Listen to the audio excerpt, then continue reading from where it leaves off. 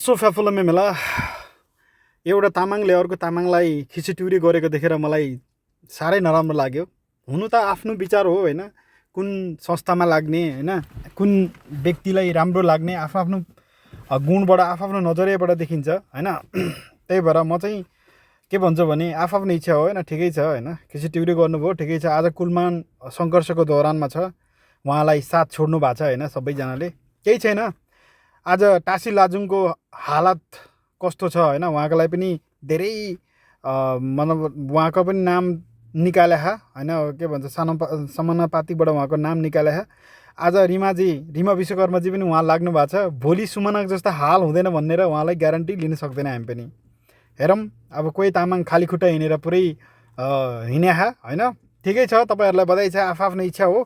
तपाईँहरू जहाँबाट भए पनि लड्नु, देशलाई उज्यालो बनाउनु, देशलाई समृद्धि बनाउनु। जय नेपाल।